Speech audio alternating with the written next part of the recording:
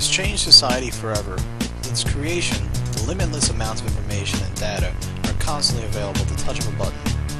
It has allowed for instantaneous communication from nearly any 2 points on the globe. This highly influential machine has rather humble roots.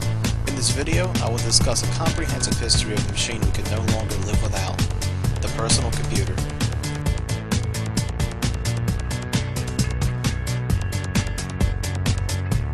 The personal computer started as nothing more than a hyped-up calculator. In 1936, German scientist Konrad Zuse invented the first mechanical computer.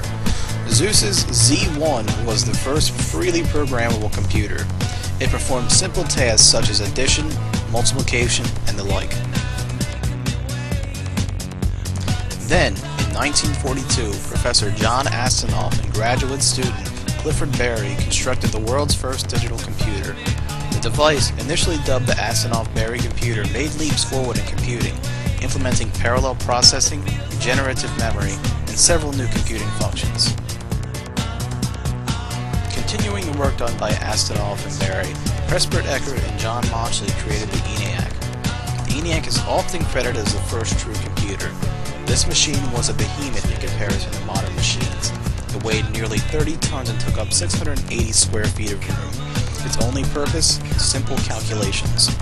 The machine could be reprogrammed using rewiring or punch card programming, allowing for some adaptability.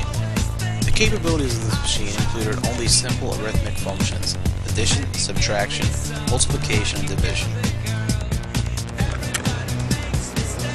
This is one segment, one rack, if you will, of a system that had nearly 18,000 vacuum tubes, or valves as they're sometimes called.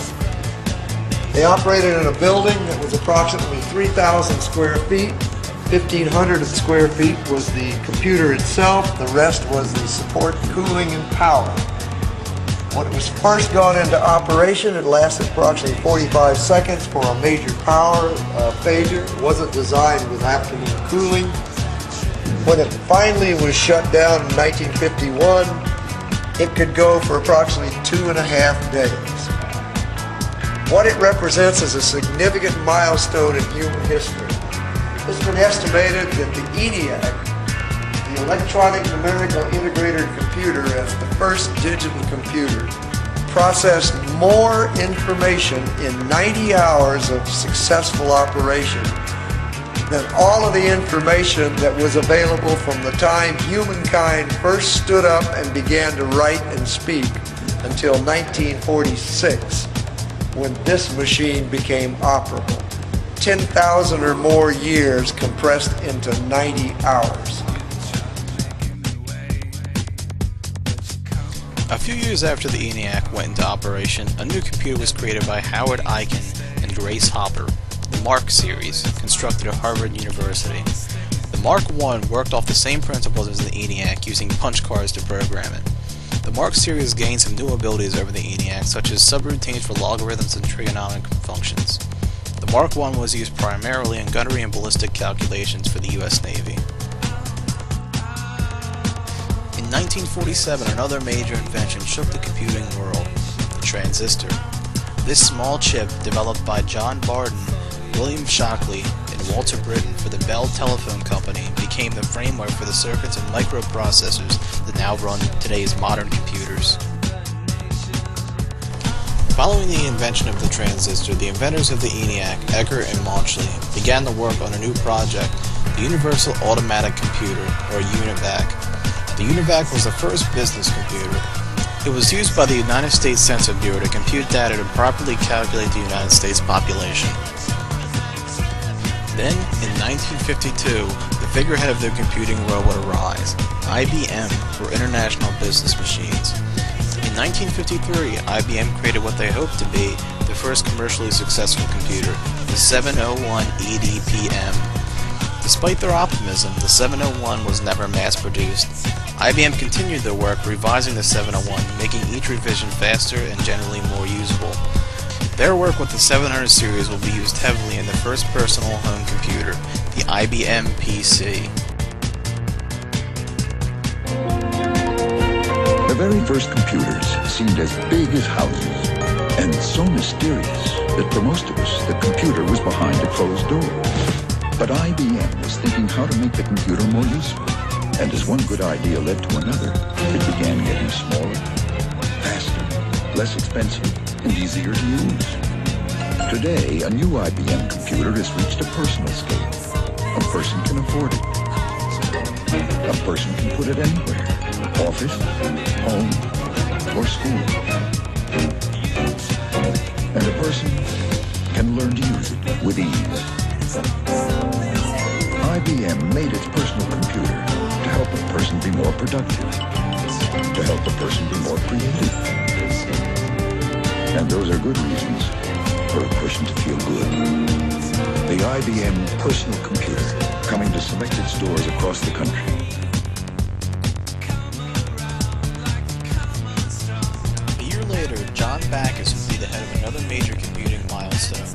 Backus created Fortran, also known as Formula Translation, which is recognized as the first high-level programming language. This programming language was adopted by IBM for use in nearly all of their computers, further helping the company establish the personal computer. In 1958, two electrical engineers would unknowingly create the next major innovation for the computing world, the integrated circuit. Jack Kilby and Robert Noyce created nearly identical plans for the first integrated circuit without ever meeting each other. Both received patents for their innovation. However, Robert Noyce would be the first to sell the new device. In 1961, the Fairchild Semiconductor Corporation began marketing the integrated circuit. By 1962, nearly every computer would be based heavily on this new technology. Roughly 10 years later, a new company, unheard of at the time, called Intel, created the microprocessor. The microprocessor would be a combination of all previous inventions, such as the transistor and the integrated circuit, all into one simple chip. The Intel 4004 chip is now considered the first CPU, or central processing unit.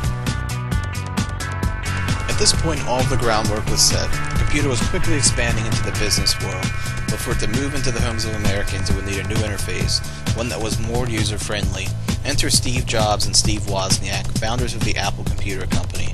In 1983, Apple created the first graphical user interface, or GUI, which was dubbed Lisa. Apple began marketing the original Macintosh. It was a massive success with over 500,000 units sold 2 months after production began. All the while, another inventor, Bill Gates, worked on a completely different interface. Based on his operating system MS-DOS, Gates developed a new interface, the Windows platform. In 1985, Microsoft released Windows 1.0. Despite its initial failure, Windows would soon become the dominating operating system, continuing through to today. The personal computer still continues to grow and expand to this day. Every year, newer, faster, and more powerful machines are released. Innovations are constantly present in this quickly growing industry. Today, over 55% of American households have a personal computer, and this figure is predicted to continue growing. The advent of this machine has prompted for development of technologies that will continue to benefit us as a whole.